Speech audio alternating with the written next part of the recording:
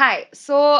We are here today with Dr. Gowri, who's a child developmental physician who practices here in Bangalore in Aster CMI Hospital.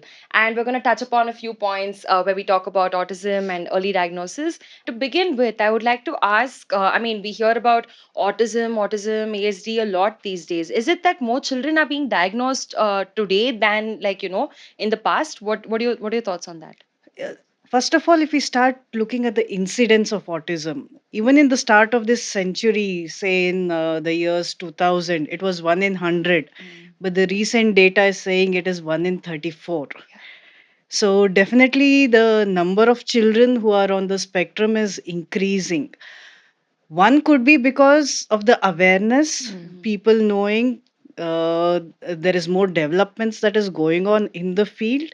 So there's more awareness being created, Yeah. and how we are diagnosing, what we are doing is also improving. So definitely we are seeing a lot of A lot more. So the increase. incidence has increased quite a bit, you would say. Wow. I It's mean, exponential. it's exponential. Yeah, If 1 you in look at the 100 to 1 graph, in 30. if you look up the graph, it is exponential. Yeah, no doubt, Rise. no Yeah, doubt. talking Yes. about the rise in the number of incidents, but there's a sudden surge in the diagnostic things. So why is that, ma'am? Is it because of the better awareness or better recognition, or are the parents able to identify the signs and symptoms earlier? There is a shift in how we diagnose autism. Okay. The latest version of it is coming under DSM-5 criteria. So it is well defined what to look at. There were 4 5 different categories like Asperger's, PDD, other Yeah. things as well. They've all come clubbed under one. Mm. So the more number, or there's more variety coming under the autism spectrum, hence the word spectrum. And also the screening. There are tools like MChat out there, Yeah. which is easily, freely available, which can be used even by laymen, which Yeah. is actually a boon, so we can pick up early. Mm. Okay, so these are one aspect. The other aspect, even with these things, we cannot explain the way we are saying there's a boom or a Yeah. high rise. Okay. True. Okay. There are so many changes happening around us. Mm. So something we are still looking into, all the genetic factors, where how things are changing. And the other is our environment. Yeah. One is the kind of pollution, what we consume, our Mm. lifestyle. Under lifestyle, a major factor that we are seeing now is the screen time. Yes.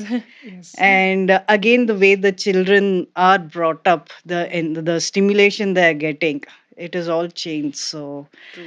that is why there's an increase. It's not just because we are diagnosing more, Mm. it is because the real incidence of autism occurring is also increasing. Got it. Got it. True, true. And doctor, you spoke about there are a lot of changes and regarding genetics, diagnosis, everything. I would like to add one more question related to this. How do you see the modern childhood compared to the age-old childhood? Like, how is it different now? With evolution, we have evolved. Yeah. Our lifestyles have evolved. So the family structure has changed. Now it is more nuclear families. Mm. Mm. Being nuclear families comes with its own burden. True. So there's mother, father, children usually. There's nobody else to support. Mm. Mm. And with the modernization, the stresses, both parents are working. Yeah. So the quality of time spent with the children is less. Mm. True. And looking at the children's perspective, how safe it is to go out and play like we Yeah. used to Oh, in the yes. olden Yeah. days. Yeah. True. Correct. Now So they're just at home, the whole time. yes, and what to do being alone at home? Again, they get diverted, Mm. gadgets, they're meeting their friends online these days rather Yeah. than offline. Honestly. So when there is the break in that Mm. social connect as well. Yeah. So that's one of the big differences I think from like back then. So I think you said something earlier, which is screen time, which is something that we've been hearing so much, and we know that virtual autism is obviously a myth, but there are a lot of people who are talking about how screen time does connect to developmental delays and maybe milestones being missed and the speech delays and things like that. So how do you differentiate between that, like what is caused by a screen, and true autism? Screen time, as you say, has its own effects on children and development. It can affect children in all aspects. Mm. One is their milestones, speech delay. The other is the social delay also. So they're a lot on the screen, they're not exposed or they don't know how to connect with others. So the social delays. The screen time itself can increase behaviors. So when we talk about behavior aspects in autism, so the social communication delay and behaviors, Yeah. what we are seeing, that is where they kind of try and Sometimes children say. mimic what they see online, maybe like because they're not really used to the One aspect is they're mimicking only that, yeah. but screen time itself increases aggression, having tantrums, True, true, meltdowns. true. So there's a wide variety of aspect how a screen time can affect children. True. And these days, when we look at screen time, also Mm. the children are getting exposed very young on. Mm. Even though the Yeah. guideline disagrees for Mm. various reasons, children are getting exposed to screen time early. Yeah. So it somehow correlates. They say by 1.5 year, the child is exposed to screen time, and that is when they started noticing this. Got it. And Okay. that is when we start noticing symptoms of autism as well more Ah. clearly. So that is where this dilemma has come in.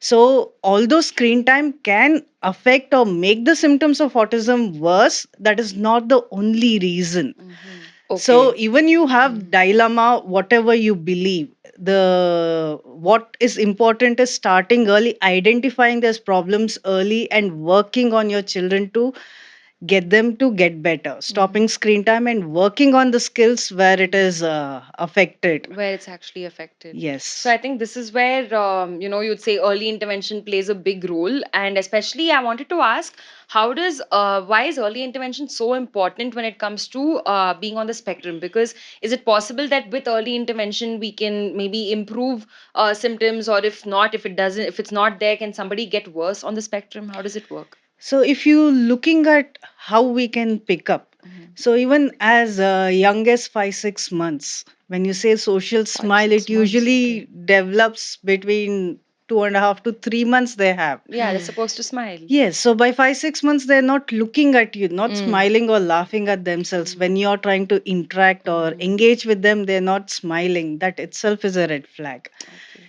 By 1 year, we say they can, when you see children, they can wave, Yeah. hi, bye. When you call their name, they're looking at you, who's Mm. calling me, Yeah. or they say mama, baba, tata, some Yeah. single words they develop by 1 year. Yeah. Mm. True. Yeah. So Yeah. if those not there by 1 year, you know. Then you By know. 1.5 year, one single meaningful words they should be able to say. They point and ask. Just They a look at small you. follow up. Like, doesn't this actually mean that? Because at 1 year, 6 months, and all, nobody has screen time. So clearly, this has nothing to do with screen time, right? Like when their milestones are being missed. Correct, Okay. correct. So that is what autism, if it is there, even though we cannot pinpoint where exactly the problem is, it is there. Yeah. It's just not because they're exposed to screen time. Mm. True. Understood. Yes. Yeah. So I Yeah. mean, by yeah. one and a half year, things are It there. should be diagnosed or Mm. it should be identified. Yes. Yeah, it Yeah. should be So recognized. Yeah. yeah. So the other question about why we have to pick this up early, that is Mm. the other Yeah. The part you main. asked Yeah. me. So when we start early, okay, at that age of 1 to 2 years or even three Mm. years, when we look at the natural brain development of children, Mm-hmm. Mm. so even though their milestones are delayed, their brain growth is happening at the same rate. Yeah. Yeah. By 5 years, we say 90% of the brain is Mm. developed. Mm. Mm. Correct. There's a time schedule at which, even though it is arranged, there are Yeah. schedules Mm. at Mm. which children develop skills. Yeah. And at that age, as the brain is still growing, so much connections are still happening. Mm. Their ability to learn is at maximum. Mm. True. So when we start supporting them, we see better outcomes. Okay. Correct. So we do see a difference in the progress of children based on how early we How start. early? Okay. Good. So same efforts put a couple of years later, Mm. you need more to put more efforts to see the same change when you start earlier. True, like how difficult it is for us right now to learn something compared to how easy it was back when we were young, you know? All these languages we learned when we were kids, we don't remember. Now, when we try to learn a language, it's like, oh my God, what's going on? Correct, correct. So Yeah, their capacity absorb, yeah, their brain is a sponge at that time. true. Even though learning is still continuing, it's not the same as when we were Mm. younger. Yeah, absolutely true, absolutely So true. it Yeah. is important we start early. Doctor, you spoke about delayed milestones. I would like to give an example. Let's say there's a parent. Though there are a lot of awareness right now, uh, the for the parents it is hard to accept that the child is undergoing something. And talking about delayed milestones, like 6 months, 8 months, by the eighth month, the child should be able to sit. The child should be able to crawl. The baby should be able to crawl. If not at the right time, there are chances that the parents will just not notice it, just ignore it, saying that until 1 year or 1.2 years the child will automatically do. So I would like to ask this question: is there anything like red flags that the parents actually ignore, or they forget to identify, or they don't know how to identify, and that can lead to a gap in diagnosing? Yes. So when we were talking about awareness, there is increasing awareness, but still not enough Mhm. in Mm. all aspects in the community. So it is important. There are things called red flags. There's a ceiling at which we say this milestone is not achieved, this is not right, we have to work on the child. Okay. So we have to pick those things up. Mm. So for autism, we say by 6 months they should be smiling. Mhm. By 1 year, they should be able to do simple gestures. Yeah. Hi, bye, respond to your name, Mm. say a few simple words. If not by 1 year, by 1.5 year. Yeah. By 2 years, they should be putting two words together. Mm. Mhm. Okay, and some Absolutely. of them you will hear that till 1.5 year they were doing fine, Mhm. but then suddenly they stopped. Mm. Okay, but even in these children, when you go back and look, it's not that it was completely up to the mark. There were some delays, Mm. but they may be looking at you, responding to your name, or some Mhm. may be calling out Amma or Mhm. waving by, Mhm. but they may stop suddenly. Okay. So, Mm. autistic regression, what we call. Yeah.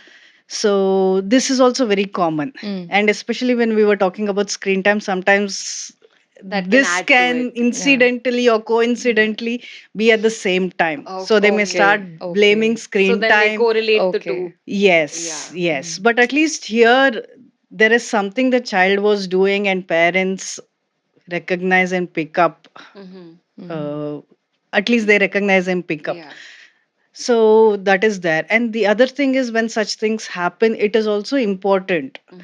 to see are there other reasons that we are Yeah. missing out, causes that we are missing out when this regression happens. Okay. In children, in general, what we say is when they've developed a skill, if Mm. they stop doing the skill or they're not able to do what we call regression, it is a red flag in itself. Mm. There could be Okay. other reasons. They have to seek out professional help and make sure we're not missing out Mm. Yeah. other causes for such Yeah. problems. Mm. Absolutely. Absolutely. That Yeah. adds up. Yeah. So, ma'am, we understand that the diagnosis should be done as soon as possible, as early as possible. So, what about the diagnostic tools? Is there any improvement, or what are we following? Is there any innovation or improvement about the diagnostic tools? There is a lot of research evolution going on in terms of Mm. why and how and what we can do about Mhm. autism. Okay. So, as young as 15 months, children can be screened with Mm. screening tools. Like how I already mentioned, MChat is MChat. out there. It is free. Mm. There's calculators where you just have to answer 20 questions and it'll give you a score. Okay. Okay.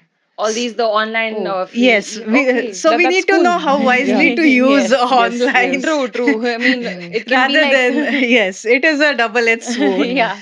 So these things are readily available out there. And even in India, they have worked. AIMS has worked and Mm. developed a diagnostic tool as well, Mm. Inclin ASD, which is also easily available. They have modified, so what we say DSM-5 criteria. Mm. So we look at all the aspects Mhm. in that, and when this has evolved, there's more clear guidelines. And resources are still limited who can do this diagnostic test, Mm. but still there is outlets out Okay. which can be used. The screening can be done by anybody anywhere. So the Mm. MCHAT can be done between 15 to 30 months. Oh, okay. Okay. Yes. That's pretty early. Yeah. Yes, Mm. pretty early. Yes. So with that, we will not diagnose them. Mm. Mhm. They could be a risk. So we start working on the children, or even parents can start working on their children. We can guide them. Mm. Mm. So if things don't improve, definitely True. I we mean, need if you can to put start that in. early, it's all the more better to start that early, right? Mm. Like, Yes. wow. So understanding that diagnosis also become so easy and so feasible, all that. And what about the comorbidities of autism? Do you see any comorbidities and co-occurring conditions like epilepsy or any dermatic conditions? Is there anything commonly that you see, ma'am, Or in maybe autistic children? Yeah, gastrointestinal. Yeah. gastric issues. S- Again, when we say we may not be able to pick up the cause of autism, Mhm. in certain cases they can coexist with other conditions. Mhm. Mm. So certain syndromes as well, which can be easily picked up with genetic testing. Okay. Okay. Okay. And especially with autism, we do see a lot of research is being done, a lot of EEGs are conducted Mhm. on children with autism, and it is noticed that one of the common Comorbidity. comorbidities Mm. is seizures. Yeah. Seizures. Okay. Seizures. So So that's a what we common say, comorbidity. it's common doesn't mean all of them have it. Okay. Among the Yeah. comorbidities, we do see. Mm. So where there's a, we are not kind of fully sure when a certain behavior is happening, Mm. why or what. So EEG is one of the common investigations Done. children Okay. have, and we have picked up a lot of EEG changes also Mm. in children who are on the autism spectrum. Understood. So the other aspects, when they are on the spectrum itself, Mm. they can have a lot of other issues. One is what we call gut issues, constipation. It may not be food allergies, but their preferences to what they want to Mm. eat Mm. or not eat, what we say True. sensory issues. True. A few of them can have intolerance, Mhm. but they have to be checked before Okay. giving a blanket Mm. Okay. prescription for children, Yeah. True. True. blanket diet prescriptions. So the other problems that they face is also with sleep. Mm. So we need to look into deeper what is affecting the sleep. Okay. So the commonest is again the screen time and having routines, Mm. Yeah. And our not having proper lifestyle. sleep hygiene Yeah, and sleep hygiene. yeah. So that if we put into kind of strict protocol follow and still there are problems, Mhm. we can help out with sleep issues as Okay. well. Okay, so it's Understood. about trying to understand where. And again, when sleep is not well, we are not eating properly, nutrition is a problem. Mm. They add on to the difficulties of managing children with autism True. True. or True. learning as Yeah, well. learning, I mean, definitely like this. It seems like it's always something that we can try and support from all these different angles. So, yeah, Yes. and if it does, then at least drastically we can manage it So all aspects, when you say that is what we have to look at the child as as a whole. holistic. Yeah. Mm. So we look, it's not just the child is not talking, speech therapy will fix. We Hmm. try and look at different aspects, the areas like speech and OT, whatever we are Yeah. stimulating the child to learn.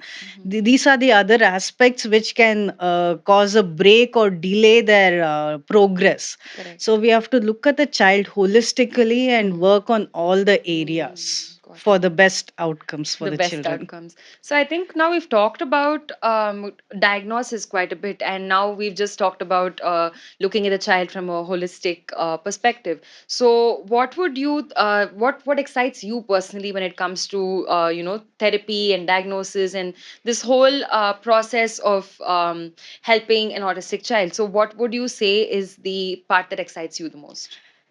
With therapies as well, it has to be curated for the needs of the child. Mm. Mm. So we cannot say blanket sensory therapy. So we are working on all the Yeah, senses. So we have to pick out which areas is a a child would problem actually for need. that child, and where that child needs help, and the program has to be curated. True. And there's a lot of evolution even Mhm. in the therapy for such children. Mm-mm. So even when we say ABA or applied behavior analysis, the way it was done a few decades ago, where people are saying it is brutal and children who have grown up having it are having traumas.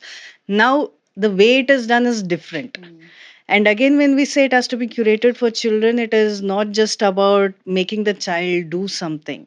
The child should be able to use those skills to function into in their day-to-day True. natural It should environment. actually Mm. help them Yes, and when we say socio communication, so when somebody comes or a situation naturally comes, they should be able to function in that. So we Okay. need to make the True. child functional, is what we say. Mm. functional. So it's not just the therapist working with the children. Yeah. That is where parent mediated, helping parents Mm. connect with their child, Mm. helping Yeah, them coaching know, parents. then them know what they have to do. So again, there are these kind of different models. So Mm-hmm. one of them is the NDBI, where it is Yeah. naturalistic, so happening in the natural environment, and most of the time children are not with the therapist but With the parent. parents in at home in their natural environment. True. So they need to be functioning, so when they are on board, it is easier for them to understand and manage children, Mm-hmm. and it is, we see it is more effective with the progress of the children, Correct. skill development in the children. Mm. Correct. And sometimes there are so many aspects, Yeah. and parents are the best judge as well. Mm-hmm. So when they are empowered, there Yeah. is a big impact. We see the difference True. among the children we have. Absolutely. Yeah. Absolutely. And I mean, this brings me to, I mean, thank you so much for being so patient with all of our questions. But this brings me to this last question that for me personally does stick a lot. There is still so much stigma when it comes to a condition like ASD. So, what is the one message that you would like to maybe, or what is the one thing you would like to hopefully change when it comes to parents and schools and society, the way they look at these conditions? Yes, so it is not a disease or a, like what we say mental disorder. It is a neurodevelopmental condition. Yeah. Mm. Okay, so these are also children, they're also growing, their needs are a bit different, their Mm. understanding is a bit different. Mm-hmm. So we as a society need to help support each other. Yeah. All of us are different, so all of us are diverse, Mm. Mm-hmm. but their needs may be a little bit more. Yes. So how we look at that perspective has to change. There is a lot of difficulties parents are facing. So initially, yes, therapies, but later what? Can they go to schools? Yes, they can go to schools. Some Mm. of them are academically so bright, So bright. and they have their strengths as well. Mm. So if we True. support them well, they can contribute in a big way to our society. True. True. Correct. They can Some of help the most like each other. genius people out there are people with autism, and I would say that they're eccentric for a reason. Correct, Yes, correct. And we need variety. we need. And that is what makes us together. Mm. So, getting better inclusivity Mm, principles, accepting things, and knowing how what, coming Mm. up with better strategies, mm, implementing them in the community. So it can be at home, it can be relatives, it can be school, Mm. workplace as they grow up. yeah, So all this can help them. A lot of work still needs to be done. We have to continue. yeah. We definitely. It's a forever process. It's not Yes, really once yes, it's done, it's fixed process. correct. True. True. So Thank you. some social stigmas we have overcome, so we can overcome. The others also, Yeah, yes, we yes, will. We we will. absolutely will. I mean, strides Eventually, we like will this is actually how we overcome can do that. it. Yes. Yes. Yeah, great. So wonderful, wonderful. Thank you so much, Doctor, for enlightening us with these thoughts of yours. And I hope that in the next episode, we can touch upon some better aspects, or like maybe we can talk about regression, which is something that I was very interested in. But Okay, yeah, on the sure. next episode, we'll definitely get into that. No problem. And Yes. thank you very much for Yeah. having me here. That's so Thank you. sweet. Thank you, Thank you. Thank you, Doctor. doctor. Thank you. Yeah. Yeah.